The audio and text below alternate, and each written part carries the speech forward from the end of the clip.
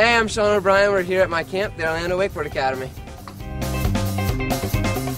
Alright, before you get on the water, you really want to focus on getting your stance set up and just kind of going over some of the basics. So now that you got your board and your bindings, you got to get it all set up, get everything put together, a nice comfortable stance. Basically what I like to do is stand on the board, figure out how wide you want your feet and how much of an angle you want them ducked out. There's some important things to note about stance. The wider you go, the more stable you're going to feel when you're on the water and absorbing landings. But if you end up going too wide with the bindings, you'll end up putting a little more strain on your knees. Downside to having your stance a little too narrow, though, is you won't feel as stable on the board. When you're figuring out the angle on your stance, you really want to make sure it's something comfortable so that you're able to bend your knees easily and just ride around and absorb those landings. I recommend just a slight angle. Normally, when you're riding, you've got a nice duck stance, your feet are out, you're able to absorb those landings. And if you end up having your stance straight on, when you go down, you won't feel very stable on those landings. You just can't ride around that well. And if you go pigeon-toed, you're really going to have a hard time. You're going to blow out your knees really quickly. What should I was thinking about the first thing? Your stance? Stance. Okay. Look at your stance, why it's so whack. What's up with that? You can't ride a boat through the water with your stance like that. I mean you could, but then you kinda look like a slalom skier trying to hit the buoys, but you don't want to stack like that. It's whack. Something like that. But anyways, point is you don't want your stance like that because it's whack.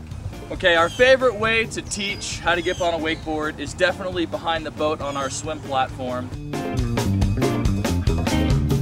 It is easier to remember than it is to forget. But if you have an IO, an outboard, or another kind of boat, jet ski, you're not going to be able to use the platform. Definitely wouldn't want you near that engine. So you can learn on the ground here, as you can see Sean is. Basically, you want to stay in a ball just like you would on the swim platform. You're going to pull, you'll watch Sean's butt will slide to his heels, and then you're going to stand up away from the boat. So from this position, you're standing tall away from the boat, your back is straight, your knees are a little bent. You're going to pull to your front hip. For Sean, it's his left hip, so he's going to pull to his left hip, and the board is going to slide right around. Pulling in is always bad. Okay, try to loosen up your legs. Again, like Sean said, you want pretty much balance on both feet. 50-50. Rope length really depends on what boat you're riding behind. When we get riders up for the first time, we usually put them on a longer line, about 70 to 75 feet, just so we can get them up, get them out of the water, and they can learn how to ride around. But once we start getting people jumping, we kind of pull them in. We'll pull them into about 65 feet. That means you can slow them down and get a nice clean wake and be a lot easier for them. Showing it up so I can clear this jump. Easiest way for a rider to get up is when they're out in the water, you want to have your knees up to your chest, your arms straight out, and as the boat starts to go, you want to let the board drop underneath you so that you're basically sitting on it.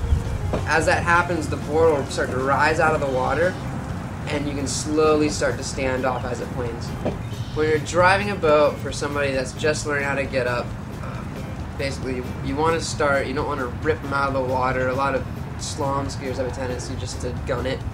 The nice thing about a wakeboard is that it has so much surface area that you just need a nice progressive pull out of the water.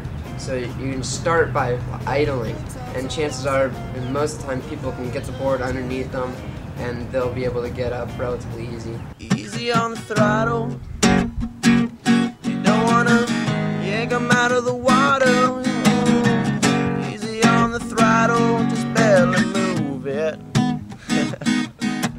Once you're up out of the water, it's important to have the correct body position. If you're not in the right position, chances are you're going to be very sore the next day. You stand up, you want to have your shoulders back, your arms straight out in front of you, lined up with your hips, and you want to be leaning against the pull of the boat. This is the body position that you should be in.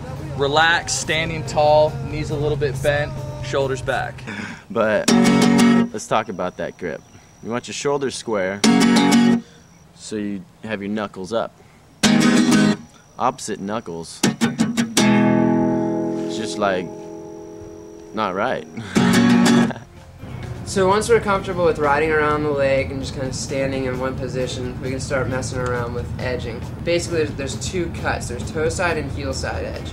For heel side, it's a lot easier. All you got to do is you're going to put a little more weight on your front foot, and you're going to pull the handle, or try to have the handle more centered towards your body instead of at your front hip. When you do this, you can lean onto your heels and you'll start cutting down. Toe side's a little more awkward. The best way to do it is to think about trying to pull the handle behind you towards your lower back. At the same time, you want to take your front knee and kind of turn it back towards your back leg. When you do that, you're able to rotate your body and you're able to lean on your toes.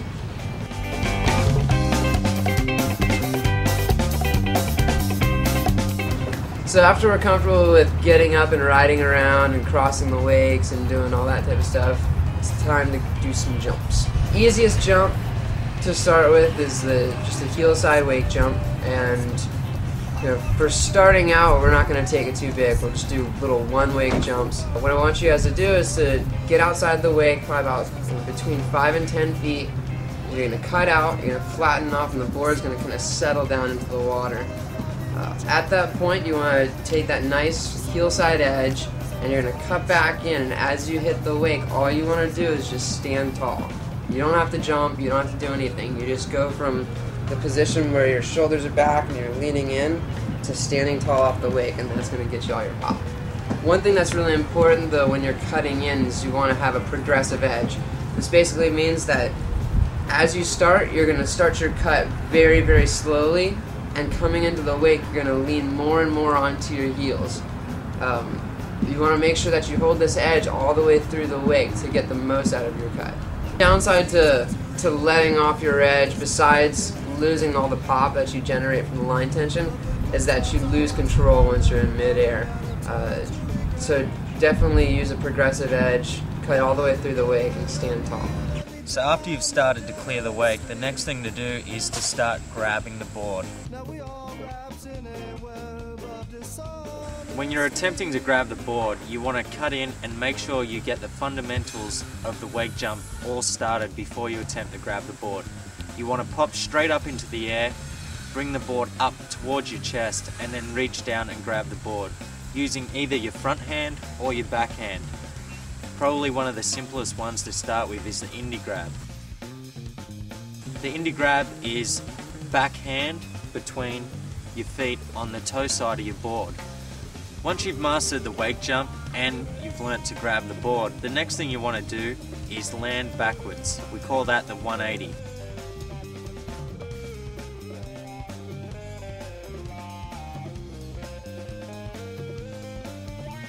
This 180 you want to learn is your toe side 180. Basically, this is a lot easier because you're coming in on your toe side edge, and naturally in the air when you pop up, the handle wants to come in front of your body, rotating the board to 180 degrees and then landing in the switch stance position. Once you've mastered the toe side 180, now you're ready to move on to the heel side 180. On a heel side 180, you still want to think about popping up into the air, and once you're in the air, bring the handle all the way in past your back hip as if you're going to stick it into the back pocket of your shorts, and then land with your chest over the toes of your board, edging away from the wake. So now we've gone through, checked out some of the basics of wakeboarding, let's go and have some fun with the rest of the O'Brien team.